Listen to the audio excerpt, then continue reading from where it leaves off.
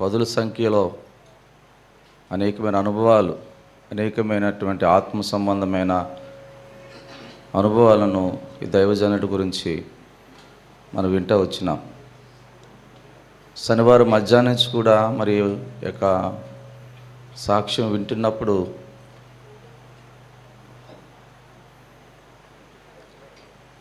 ఆయన మౌన స్థితిలో ఉండి కూడా అనేక మందితో ఆయన మాట్లాడుతున్నాడని మనం గమనించాలి.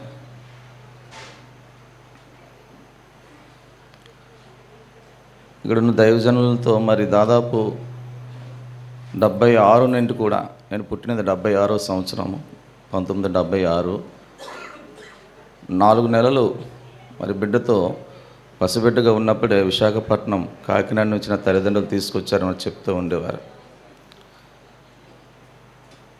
2003 వరకు కూడా శాలెంలోనే ఉన్నాం. 98లో మరి శాలెము, స్మరణ రెండు వేరైపోయిన తర్వాత అక్కడ ఉన్న పరిస్థితులను బట్టి, కొన్ని ప్రభావం అక్కడ జరిగిన దాన్ని బట్టి దైవజనులు మార్టిన్ అంకుల్తో పాటు ఇక్కడ దైవజనులు జొనతన్ అంకుల్, ఆ ప్రయాసంతో కూడా దాదాపు మేము దగ్గరుండి చూసిన పిల్లలం.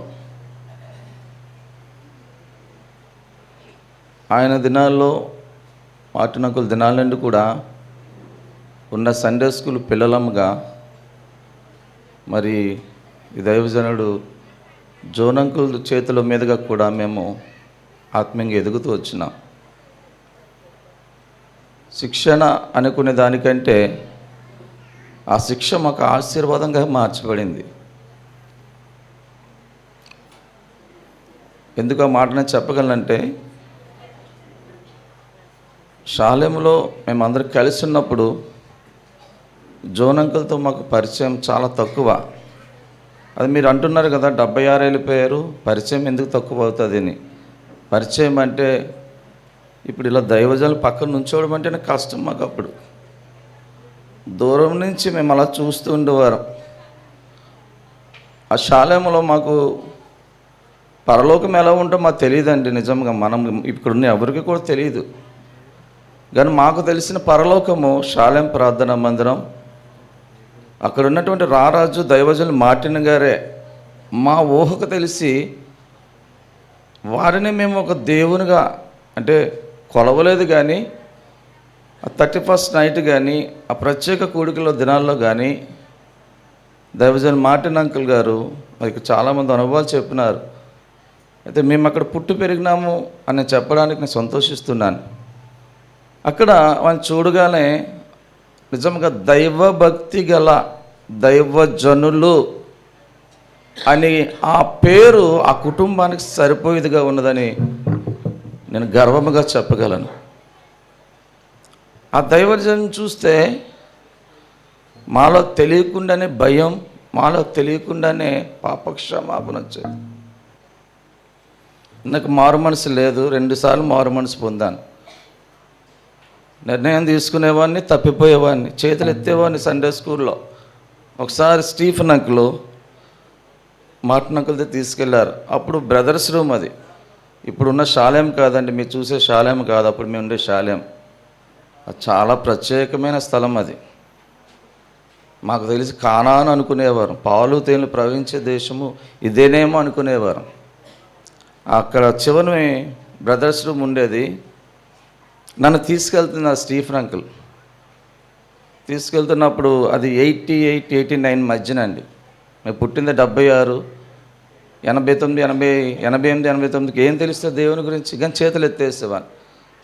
కాబట్టి అప్పుడు తీసుకెళ్ళి, అన్న వీళ్ళు ప్రతిసారి సండే స్కూల్లో చెయ్యెత్తమని చెయ్యెత్తుతున్నాడు, వీడు సరిగా అర్థం కావట్లేదంటే అప్పుడు పిలిచి ఆ గదిలో కూర్చోబెట్టేవారు.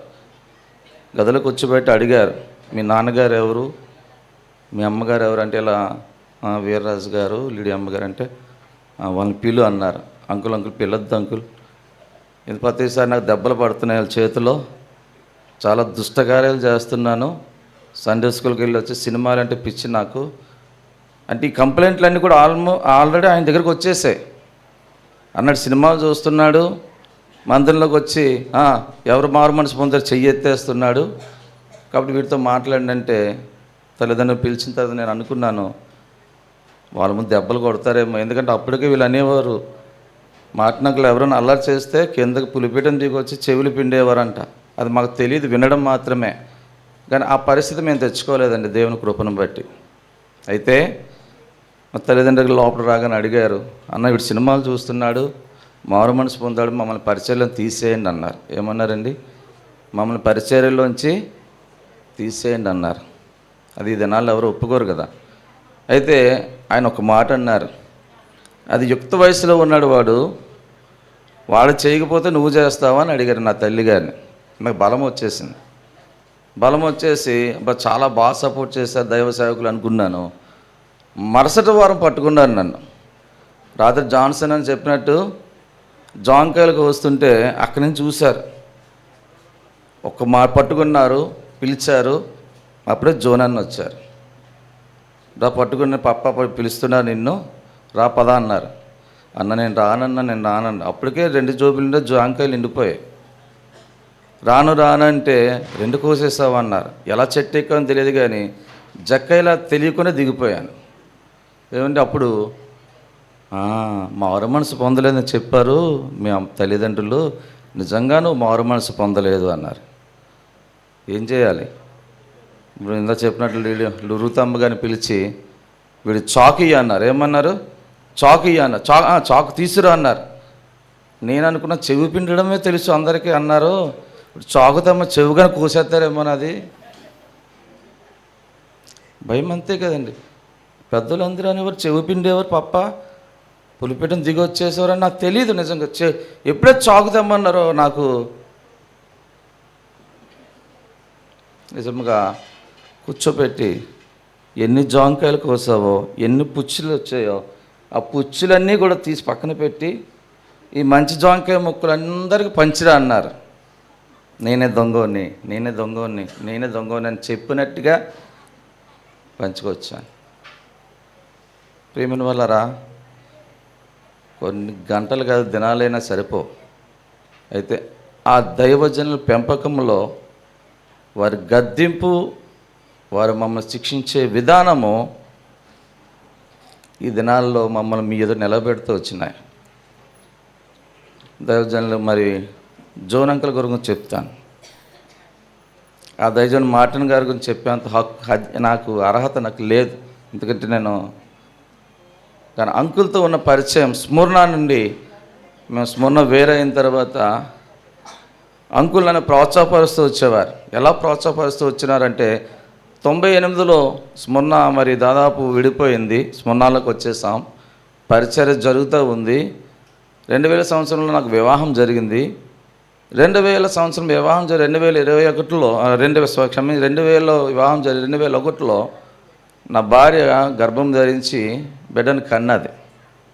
అయితే హాస్పిటల్లో చనిపోయినాడు బిడ్డ, ఆల్మోస్ట్ చనిపోయినాడు. గవర్నమెంట్ హాస్పిటల్ పక్కన పడేసినారు. ఆ రోజు నాకు బాగా గుర్తు, ఉపవాస ప్రార్థన అవుతుంది. శనివారము, 2వ శనివారం ముందు రాత్రి ఆల్ నైట్ ప్రేయర్ కానీ అయ్యేది. ఇప్పుడు హాఫ్ నైట్ ప్రేయర్ కాదండి, ఇప్పుడు హాఫ్ నైట్ ప్రేయర్ అంతా. హాఫ్ నైట్ కూడా క్వార్టర్ ఆఫ్ ప్రేయర్ అయిపోయింది, ఇప్పుడు ఫుల్ నైట్ ప్రేయర్. సో తెల్లవారు 3 అవ్వాలి, మేము ఎండ చూడాలి, వెళ్ళాలి. అందరూ ప్రార్థన చేసేవారు. నేను ఎవరి పేర్లు ప్రస్తావన తేదలుచుకోలేదు, ఇక్కడే ఉన్నారు అందరూ. దైవజనుడు మాటినంకుల ప్రార్థన ప్రారంభం, వాక్యం అయిన తర్వాత ప్రార్థన చేద్దాం అనుకున్న అంశాలు చెప్పిన తర్వాత 10:30, 11 అయ్యేటప్పుడు తిరిగి లేచి చూసేటప్పటికి సకాంశం ఖాళీ అయిపోయేవారండి. పరిచర్య చేసేవాళ్ళే. అంకుల్కి బాగా సమీపంగా ఉండేవారు. మార్టిన్ అంకుల్కి చాలా నమ్మిన వ్యక్తులు వాళ్ళు. స్మరణలో చెప్తున్న, శాలెంలో కాదు. తెల్లవారు 3 అయిన తర్వాత లేచి చూస్తే ఎండ కనబడేది. అప్పుడు ఆ దినాలు రాలేకపోతున్నారని జోన్ అంకులే ఆ సమయాన్ని మార్టిన్ అంకుల్తో మాట్లాడి 2వ శనివారం పెట్టారు ప్రార్థన, ఉపవాస ప్రార్థన. ఇస్తరకు బాగా తెలుసు. పెడితే నేను అక్కడే ఫోన్ చేశాను. ఒక్కటే నెంబరు. ఆ ఏ ఇంటికి ఫోన్ ఉండేవి కదా దినాల్లో. శాలెంకి ల్యాండ్ ఫోన్ ఒకటే ఉండేది. 291 ఆ ఒక్క నెంబర్ అది పనిచేయడానికే ఎప్పుడుకో యంగేజ్ వచ్చేది, చాలా యంగేజ్ వచ్చేది. ఎందుకంటే బిజీ. అప్పుడు ఫోన్ చేస్తే జోన్ అంకుల్ ఫోన్ ఎత్తారు. ఏడ్చేశాను. అంకులు ఇలా అంటే, బాబు పుట్టాడు అంకుల్ అంటే వెంటనే అన్నారు కంగ్రాట్స్ అన్నారు. అప్పుడు నేనన్ను పుట్టాడు కానీ అంకుల్ చనిపోయాడు అంకుల్. చనిపోయాడా? చనిపోకూడదే, ఇక ప్రార్థన జరుగుతుంది. ఇప్పుడే పప్ప నీ అంశం ప్రార్థన చేయించారు కాబట్టి బాబు బ్రతుకుతాడన్నారు. నిజంగా నేను చెప్తున్నా. అందుకే దైవజనుడు, దైవ భక్తి గల దైవజనుడు అనే ఆ పదం ఉంది కదండి, అది విలువైన పదం. అది కొంతమందికి మాత్రమే అది సూట్ అవుతుంది. ఇప్పుడు దైవజనులను పక్కన వేసుకుంటున్నారు, వారిని విమర్శించట్లేదు. కానీ ఆయన అన్నారు నువ్వు ప్రార్థన చేయి. మేము ఇక్కడ ప్రార్థన చేస్తున్నాం, అక్కడ గవర్నమెంట్ హాస్పిటల్లో ప్రార్థన చేయి. పైకి వెళ్ళేటప్పుడు అక్కడ సిరంజీలు, ఏంటంటే సిరంజీలేనండి, ఇంజక్షన్లు, సరైన బాటిల్లో ఆ చెత్త చెదారం ఉంటే తుడిచి ప్రార్థన చేసి పావు గంట కిందకు వచ్చేటప్పటికి చనిపోయాడని బిడ్డను పక్కన పడేశారు. ఆ బిడ్డలో కదలికలు వచ్చినాయి. అబ్బాయి పేరే జెఫన్యా. అబ్బాయి ఎప్పుడో బ్రతికినాడని తెలిసిన మరలో వచ్చి అంకుల్ ఫోన్ చేస్తే నాకు వాగ్దానం దేవుడిచ్చాడు, ప్రార్థన చేసినాం, దేవుడు తప్పకుండా నీ ప్రార్థన, నా ప్రార్థన, మనందరి ప్రార్థన ఆలకిస్తాడు అని చెప్పిన తర్వాత 2001లో మరలా నేను బాబుని తీసుకురాకమునిపే 9 నెలలు అయిన తీసి పంపిస్తామన్నారు. 9 నెలలు గర్భం ధరించి పిల్లలకి అంటారు తల్లి. కానీ మా అబ్బాయి పుట్టిన 9 నెలలు అయిన తర్వాత పంపించారు.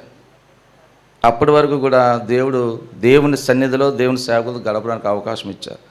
ఒకసారి అదే ఉపవాస ప్రార్థనలోనే పశ్చాత్తాపడి దాదాపు 25 నిమిషాలు నేను ప్రార్థన చేసినప్పుడు అక్కడ మౌన స్థితిలో ఉన్నటువంటి మాటినకులు అన్నారంట, ఎవడు వాడు అంతసేపు ప్రార్థన చేస్తున్నాడు, సమయం అంతా దొంగిలిస్తున్నాడు, లిమిట్ ఏమండి క్లుప్తంగా ప్రార్థన చేయమంటే మళ్ళా చెప్పినాడు వీర్రాజు గారు అబ్బాయి అని. ప్రియమైన వాళ్ళారా, ఆ 2001 సంవత్సరంలోనే నా పాపంలో పూర్తిగా పశ్చాత్తాపడి ప్రభువుతో తీసుకున్న నిర్ణయాన్ని బట్టి, ఆ దైవజనులతో తీసుకున్న నిర్ణయాన్ని బట్టి నేను మరి పరిచర్లో కూడా వచ్చినాను. ఎలా వచ్చినాను అది కూడా ఆశ్చర్యం. మీటింగ్ అంతా అయిపోయింది, తాతగారు మార్టిన్ అంకుల్ పిలుస్తున్నారు, నేను ప్రార్థనకు రమ్మన్నారంటే నేను అన్నాను అప్పటికప్పటికే ఆండ్రస్ అంకులు, బ్రహ్మానందం గారు, మదన్ సింగ్ అంకులు, బీజాన్ అన్న, ఇలా చాలామంది పెద్దలు ఉన్నారు. నన్ను పిలిచేటప్పుడు నేను భయపడ్డాను. సరే నేను వచ్చి వెళ్ళిపోతున్నాను, ప్రార్థన చేసి వెళ్ళిపోతుంటే వెనక నుంచి చేయి పెట్టుకున్నారు జోన్ అంకుల్. పప్ప రమ్మన్నారు లోపలికి అన్నారు. ఇప్పుడేం తప్పు చేశానో, అప్పుడు చాకు తెమ్మన్నారు, ఇప్పుడేం జరుగుతుందని భయపడ్డాను, నీల్ డౌన్ అన్నారు. అంతే మోకరించేశాను. మోకరించిన తర్వాత అందరికి పరిచర్య పంచి నువ్వు రేపు పరిచర్య గృహగుడికి వెళ్ళాలి అన్నారు. అది కూడా ఎక్కడ వేశారంటే డేవిడ్ గారి ఇంటి దగ్గర గృహగుడికి వేశారు. డేవిడ్ గారి ఇంటి దగ్గర. అక్కడ తిరిగిన ప్రాంతం, జలసాగా చేసిన ప్రాంతం బాజీ జంక్షన్. అక్కడ పరిచర్య పంపించినప్పుడు అక్కడ పరిచర్య చేయడానికి దేవుడు అవకాశం ఇచ్చినాడు. కారణం కూడా అంకుల్ నేను చెప్పడానికి చాలా అతిశయిస్తున్నాను. ఎందుకంటే ఈ దైవజనుడు ఈ ఎన్నికలేని నన్ను పరిచర్యకి సపోర్ట్ చేస్తూ వచ్చినారు. పరిచర్య జరుగుతూ వచ్చింది. 2004 సంవత్సరం అయిపోయిన తర్వాత అంకుల్కి నాకు దాదాపు 20 సంవత్సరాల గ్యాప్ వచ్చింది. 20 సంవత్సరాలు అంకుల్ నేను కలుసుకోలే. అక్కడక్కడ పెళ్ళిళ్ళలో చూసి ప్రైజ్లాడు అంకుల్ అండమే కానీ కలుసుకోలే. ఒకరోజు ఇక్కడికి వచ్చిన తర్వాత ఇంటికి నేను వచ్చాను. చూసేటప్పటికి అంకుల్ స్థితి చూసి నేను అనుకున్నాను, జోన్ అంకుల్ అంటే శాలెం బయటకు వచ్చేస్తారు కదా, ఒక ఉన్నతమైన గుడారములో, ఉన్నతమైన ఇంట్లో ఉంటారు అనుకుంటే, నేను చూసి ఆశ్చర్యపోయి చాలాసేపు ఏడుస్తూ ఉన్నప్పుడు వచ్చారు. వచ్చి ఎందుకు ఏడుస్తున్నావు అన్నారు. అంకుల్ నేను ఈ పరిస్థితి చూసి తట్టుకోలేకపోతున్నానంటే ప్రార్థన చేయి, నీ కుమారుడు విషయంలో ప్రార్థన చేస్తే కార్యం చేశాడు కదా, నువ్వు ప్రార్థన చేయి అన్నారు. నిజంగా దేవుడు ప్రార్థన ఆలకించినాడు. నేను సేవకు వచ్చాను అంకుల్ అని ఫోన్ చేశాను 2020లో. అంకుల్కి ఫస్ట్ ఫోన్ చేసినాను. ఫోన్ చేస్తే ఆయన అన్న మాట ఇందాక సిమియోన్ చెప్పినాడు, బూడిదలో మూతి పెట్టినట్టు అని. కానీ ఆయన ఏమన్నారు తెలుసా, పప్ప వాళ్ళు చెప్పేవారు సేవ అంటే చావు అని. మనకు అర్థం కదా, ఆ మాట అర్థం కాలే. మేము అన్నప్పుడు ప్రభు కొరకు జీవించు, దేవుడు అవకాశం ఇచ్చినాడు, అంచెలంచెలుగా నిన్ను ఆత్మీయంగా బలపరుస్తాడు, ఆయన ప్రోత్సాహపరిచిన దైవజనుడని నేను చాలా గర్వంగా చెప్తున్నాను. తర్వాత మందిరం ప్రారంభించినాం. సేవకు వచ్చిన తర్వాత అంకుల్ నేను మందిరం కట్టాలని ప్రభు ఆలోచన ఇచ్చినాడు, ఏం చేయమంటారంటే దానికి కూడా వాగ్దానం ఇచ్చినాడు. ఆయన అనేవారు తెలుసా, మోషే దేవుని ఇల్లంతటిలో నమ్మకమైన వాడు, ఆయన నమ్మకంగా ఉన్నట్టు నువ్వు నమ్మకంగా ఉండు, దేవుని పనిని సఫలం చేస్తాడు. ఆయన ఇచ్చిన మాట ఏంటో తెలిసింది. హెబ్రీ రాసిన పత్రిక 2వ అధ్యాయం 2వ వచనమండి. ఒక మాట చదువుదామండి. ఆ మాట నాకు ఆ దిన వాగ్దానం ఇచ్చినారు. హెబ్రీ రాసిన పత్రిక 2వ అధ్యాయము 2వ వచనం.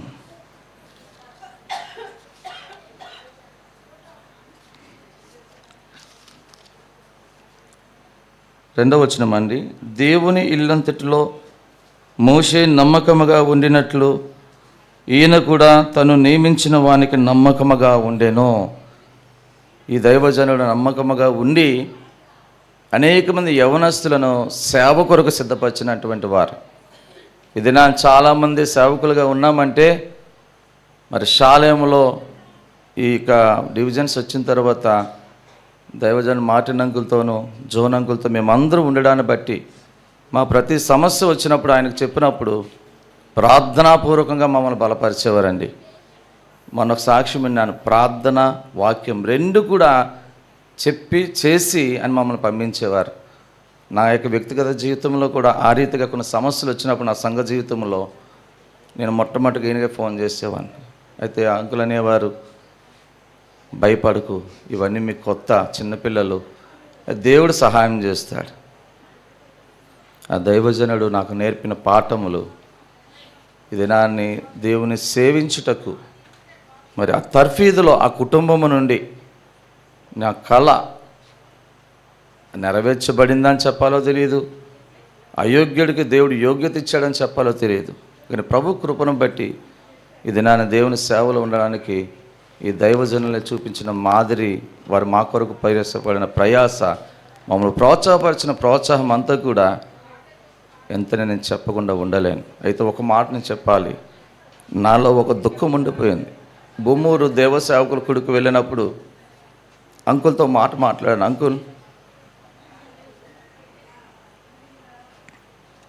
ప్రత్యేక కొడుకులు ఉన్నాయని చెప్తున్నారు నిడదవోల్లో, కాబట్టి దేవుని చిత్తం అయితే మీతో మంగళవారం వచ్చి నేను కలిసి మాట్లాడాలనుకుంటున్నాను అని బొమ్మూరులో మాట తీసుకున్నాను అంకుల్ దగ్గర.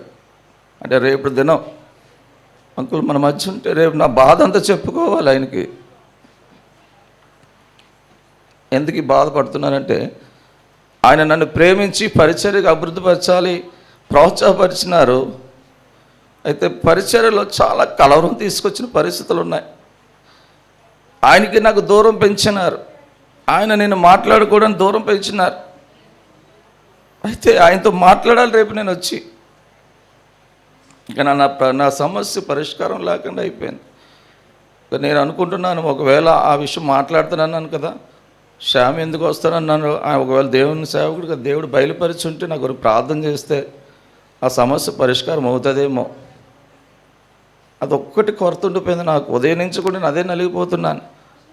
రేపే కదా నేను రావాలి, మంగళవారం వస్తానని చెప్పాను కదా. ప్రియమైన వాళ్ళరా, మరి దైవజనం మన మధ్య లేకపోయినప్పటికీ కూడా అని మౌన స్థితిలో ఎంతోమందిని బలపరిచినాడు. ప్రత్యేక మమ్మల్ని కూడా బలపరిచినాడు ఈ 3 దినాలు. మార్టిన్ అంకుల్ తర్వాత విశాఖపట్నంలో ఈ రీతిగా ఎక్కువ సమయం సాక్ష్యాలు చెప్పేటువంటి పరిస్థితి ఉన్నది అంటే గర్వంగా చెప్పచ్చు. బ్రతికున్న దినాలన్నింటిలో కూడా ఆ దైవజనుడికి 4 దినాలు సాక్ష్యాలు కొనసాగుతూ వచ్చినాయి. అందులో మేము వాలంటీర్లుగా ఉన్నాం. ఆ వాలంటీర్గా పెట్టింది కూడా ఈ దైవజనుడే. దేవుని పరిచయ ప్రోత్సాహం దైవజనుడు. మళ్ళీ ఆ దైవజనుడు తర్వాత ఈ దైవజనుడికి ఈ 4 దినాలు కూడా అద్భుతమైన సాక్ష్యాలు, అనేకమైన అనుభవాలు దేవుడు బయట తీసుకొస్తున్నాడు. కాబట్టి ఆయన చేసిన పరిచయ ఏమంత వ్యర్థము కాదు. నీతిమంతులు, తన కుమారులు, తన సంతతి తర్వాత ఎక్కడ కూడా భిక్షమెత్తదని ఒక వాక్యం ఉంది. అది మీకు చాలా చక్కగా పలకగలరు. కాబట్టి దైవజనుల అక్కకి బిడ్డలకి, కుటుంబానికి, సంఘానికి కూడా మన దేవుడు ఆదరణ కలుగజేయాలని కోరుకుంటూ ఏదైతే నేర్చుకున్న దాని అంతా దేవునికి వందనాలు చెల్లిస్తూ ఈ సాక్ష్యం నేను ముగిస్తున్నాను. ప్రైజ్ ది లార్డ్ అండి. నా బ్రదర్ గెర్షోం వెల్కమ్. సహోదరు గెర్షోం గారు సాక్ష్యం పంచుకుంటారు.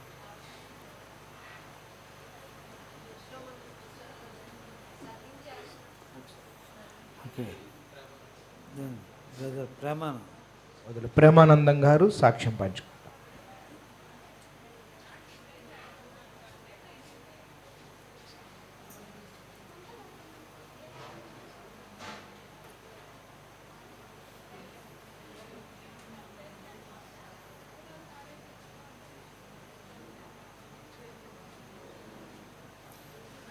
అందరికీ ప్రైజ్ లార్డ్.